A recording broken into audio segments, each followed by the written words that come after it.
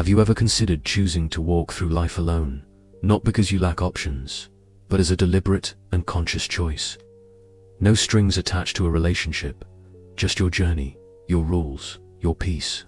It is an idea that frightens many, yet through the lens of Stoic philosophy, it reveals a path of radical freedom and an invitation to master yourself. Epictetus, a man who knew what it was to be enslaved before becoming one of freedom's greatest teachers, taught us that no man is free who is not master of himself. He himself lived without the bonds of marriage, dedicating his life to an relentless pursuit of virtue and self-control. His existence is a beacon illuminating our path. True fulfillment doesn't depend on having someone by your side, but on governing your own mind. Life presents us with countless variables. We can control our attitudes, our thoughts, and how we react, but we cannot control whether we will find that perfect person, nor whether a relationship will last forever. Stoicism invites us to be realistic. It's sensible to build a life plan that doesn't depend on such uncertainty. The responsibility for our own happiness must be ours and no one else's. Accepting this is the first step toward a life lived with purpose and dignity, whether alone or accompanied. In your 20s, energy overflows and possibilities are endless. Epictetus would tell us, use that strength to forge your character. Without the distractions and emotional roller coasters of first loves, you have precious mental time and energy to truly get to know yourself. It's the ideal time to venture into different careers, travel the world without needing anyone else's opinion, and take risks that will shape your resilience. Consider the 4 great Stoic virtues: wisdom, courage, justice, and temperance, free from the weeds of emotional dependency. But let's be honest, it's not all sunshine. At this stage, the social pressure to settle down is overwhelming. Relatives, friends, society itself seems to ask, what about a girlfriend? When are you getting married? Remaining firm in your choice demands immense mental discipline. You might feel the fear of missing out, that subtle anxiety of missing out on normal experiences when you see friends and couples. And yes, while the main focus is on your journey, having fewer opportunities to develop the deep emotional intimacy learned in continuous relationships requires a conscious effort to cultivate it in other types of bonds, or to seek companionship without commitments that complement your journey without derailing it. If this is your chosen path, prepare yourself. Invest in a solid and loyal circle of friends, people who share your values and support you. Create self-care routines that keep you grounded and strong. Begin building your financial freedom, an essential pillar for autonomy. Most importantly, cultivate passions and hobbies that fulfill you from within, independent of external validation. Your life is your artwork, and you are the sole artist. This doesn't prevent you from enjoying casual encounters or lighter relationships, as long as they don't compromise your peace and purpose. In maturity, choosing to live single can translate into a peak of productivity. Your physical and mental energy, free from the complexities of marriage or family, is at its height. Epictetus valued focus as the key to excellence. Your financial freedom solidifies, allowing for quick and bold decisions without needing to consult a partner. The emotional stability you've built gives you enviable clarity for making life's big decisions. And with more time, you can dedicate yourself to social causes, mentor young people, or get involved in projects that truly leave a legacy, expanding your impact beyond yourself. Still, life is not always a bed of roses. Moments of deep existential loneliness may arise, that voice questioning the purpose of everything, without an immediate echo. For many, the absence of children can bring a feeling of something missing. And, as society organizes itself around families, you might feel a bit on the sidelines at social events. It's a trade-off to be acknowledged and accepted without regret. During these phases, the need for connection is natural, and with the freedom of living single, this need can be met through dates and companionships that do not require abandoning your journey to navigate these years. The Stoic strategy is clear. Invest in friendships that are like siblings, deep bonds based on respect and shared values. Create your own personal legacy projects, be they artistic, entrepreneurial, or social. Stay active, curious, and constantly learning. And build a diverse support network with people of different ages and backgrounds, ready to support you in various moments. Your autonomy doesn't mean isolation. It means choosing your connections wisely, including those that offer pleasure and companionship without demands that compromise your freedom in old age. A well-lived single life can be your greatest glory. Epictetus said that age gives us the perspective to see life clearly. You will have decades of self-knowledge and accumulated wisdom to share. Without direct family obligations, your freedom will be total, allowing you to dedicate yourself to contemplation, new studies, or causes you've always wanted to embrace. Your resources and time will be entirely at your disposal. You can become a living example that happiness and a full life are not tied to a single model, inspiring others to question the status quo. Even in old age, the choice to maintain lighter relationships or casual encounters, if desired, remains yours, without conflict with your autonomy. However, reality is relentless. The risks of social isolation increase dramatically.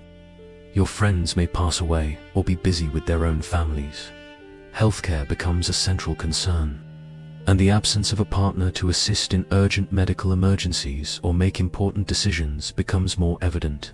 Deep loneliness can manifest, not just socially, but also emotionally. If you haven't cultivated strong bonds throughout your life, this phase demands the most rigorous preparation. Invest in comprehensive health insurance and, crucially, a long-term care plan that ensures your assistance in the future. Have all your legal documents in order: powers of attorney, living will, and a last will and testament. Build a trusted professional support network, doctors, lawyers, accountants, and cultivate friends and neighbors who can help you. Plan your housing in old age, whether it's an adapted home or a retirement community with support. Epictetus reminds us, it's not what happens that disturbs us, but how we interpret and prepare for what happens. Epictetus, who lived with a physical disability, knew how vulnerable our bodies are. Accidents and illnesses are an inevitable part of the human journey. For the definitively single person, this reality becomes even more apparent. Who will be by your side in the hospital? Who will make decisions if you can't? Ignoring this would be imprudence, not stoicism. Here, control lies in preparation. Ensure your documentation is impeccable, your health plan, your advance directives, who makes decisions for you if you're incapacitated. Create a diverse support network that includes close friends you trust for emergencies, healthcare professionals who know your history, and, if possible, committed family members. It's a matter of accepting your total responsibility and acting proactively, instead of waiting for the worst and then despairing. Chronic loneliness and isolation are ghosts that can haunt even the most stoic of individuals, especially as years pass. The lack of a partner to share daily life, to quickly exchange ideas, or a hug can be a heavy burden. Do not confuse loneliness with self-sufficiency. Epictetus did not promise the absence of pain, but the ability to face it without breaking. And loneliness, when unmanaged, can be devastating. The Stoic countermeasure is the constant investment in deep friendships. Think of them as gardens that need daily watering. Actively participate in groups and communities, book clubs, sports, volunteering, discussion groups. Engage in mentoring relationships, where you both learn and share your wisdom. And yes, consider the possibility of casual encounters or companionships that fulfill the need for contact and physical intimacy without becoming a bond of dependence or compromising your freedom. The key is to be proactive in building bridges, rather than waiting for life to build them for you, always maintaining control over your expectations and emotions. Choosing to live single offers an undeniable advantage. Your income is yours. There are no duplicated expenses, nor the need to negotiate every cost.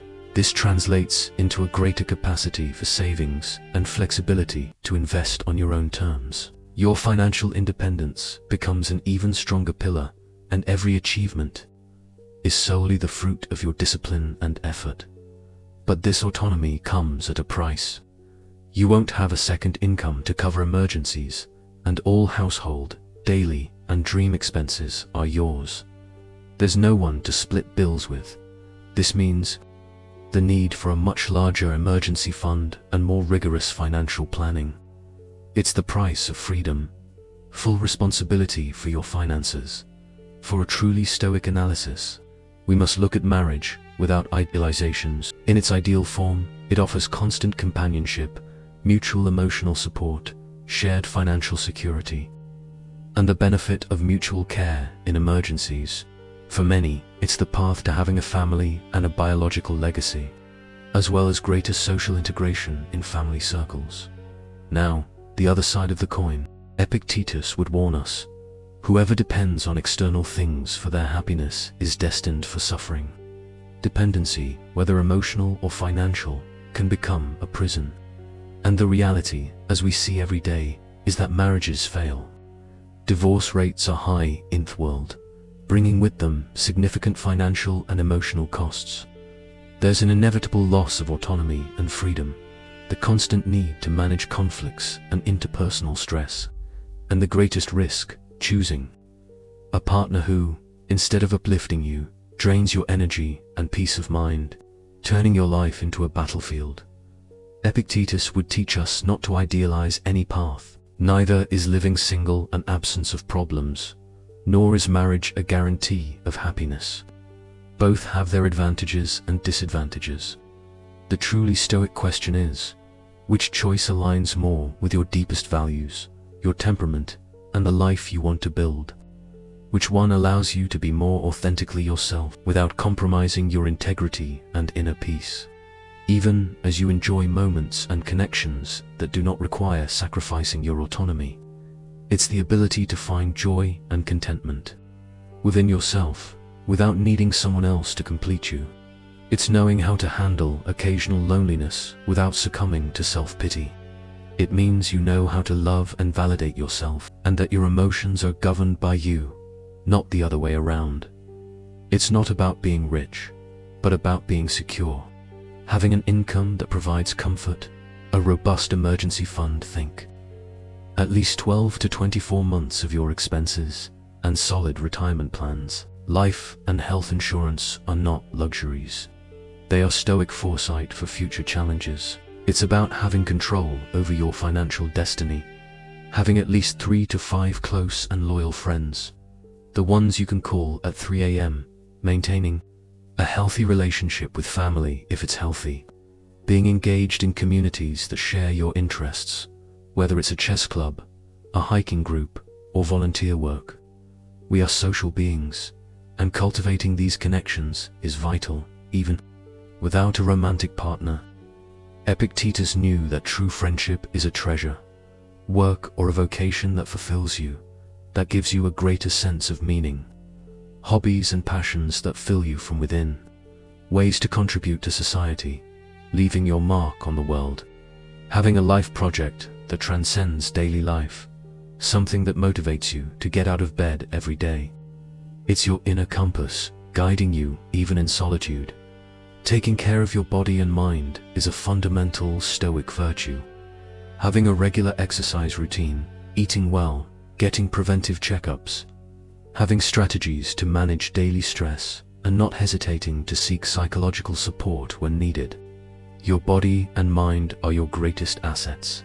Treat them as sacred temples. Epictetus taught us to be brutally honest with ourselves. If you identify with the following points, perhaps living single is not a choice, but an escape, and this could bring you more suffering than peace. Chronic loneliness that constantly brings you down, not just fleeting moments. Desperate need for external validation, seeking to fill an inner void with others' approval. Difficulty forming any kind of deep relationship. be it friendship or family. A genuine and persistent desire to have children that you cannot reconcile with a single life. A personality that genuinely thrives in partnership, feeling complete when sharing life with someone. There is no shame in recognizing your own needs and seeking what truly makes you happy, even if it means changing course. Begin the journey with deep self-knowledge. Invest in therapy or coaching to understand your motivations, fears, and desires. Dedicate yourself to serious hobbies that challenge you and give you purpose. Take care of your body and health, becoming stronger and more resilient, and focus on improving your professional skills, building a solid foundation for your career. Proactively identify and cultivate 2 or 3 true friendships, those who are your pillars. Participate in groups and communities with shared interests, where you can build authentic bonds. Improve your social skills, practice listening, conversing, and connecting, and create your own personal traditions, like a weekly dinner with friends, a monthly volunteer day, rituals that celebrate your autonomy and your connections. Of course, this does not prevent you from exploring casual encounters or new companionships. The important thing is that these interactions complement your life, rather than diverting you from your main course. In this phase, the goal is to achieve complete financial stability, eliminating debt, and building a good reserve. Establish satisfying life routines that balance work, leisure, and well-being. Consolidate your support network, turning acquaintances into true companions on your journey, and seek to become a reference in your field, an expert at what you do. Have all your legal documents in order: will, powers of attorney, advance directives. Ensure your health plans are comprehensive and up-to-date. Start making long-term investments that secure your retirement and future. And build trusted relationships with professionals, doctors, lawyers, accountants, who can guide and support you throughout life. For old age, planning is your greatest ally. Have clearly defined care plans, whether with caregivers, nursing, homes, or home support. Think about your housing. Will it be adapted for your future needs? Organize your legacy and will, so that your assets and values are passed on according to your wishes. And ensure that your emergency support systems are activated and that the right people know what to do. It is the wisdom of foreseeing the future and preparing for it. Epictetus challenged us. Do not explain your philosophy, embody it. Your choice should be a genuine reflection of who you are, not what society expects. Living an authentic life is the path to Stoic peace. If you choose definitive singleness, assume 100% responsibility for every consequence, good or bad. There is no room to blame fate or others. Your life is your creation. True wisdom includes the ability to change your mind when new information emerges. If at any point your perspective shifts, be open to it. This is not weakness, but a sign of intelligence and adaptability. Spend your energy where it truly matters, on preparing for your choice, on shaping your mind and actions. Happiness is not guaranteed by external factors, but built by your attitudes and inner virtue. A single life, when embraced with planning, maturity, and an unwavering commitment to continuous personal growth, can be incredibly satisfying and meaningful. Epictetus would remind us that there are no choices without trade-offs, only choices made consciously or unconsciously. Approaching your decision with courage and serenity is the essence of Stoicism.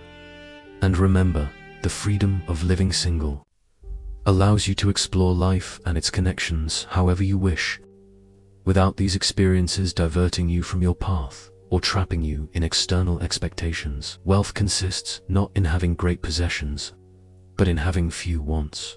Ultimately, the question is not whether you will die alone, because, in a way, we all face that moment. The real question is whether you will live authentically, aligned with your deepest values, with dignity and purpose, regardless of your marital status. Only then will you truly be master of yourself. Which aspect of this analysis resonated most? with you, and what other considerations would you add to this very personal topic? Share your thoughts in the comments. And remember, this is not a decision to be rushed, but a deep reflection that can guide your future choices with wisdom. If this message resonated with you, like it, share it, and subscribe to join our growing community of strength and wisdom. Thank you.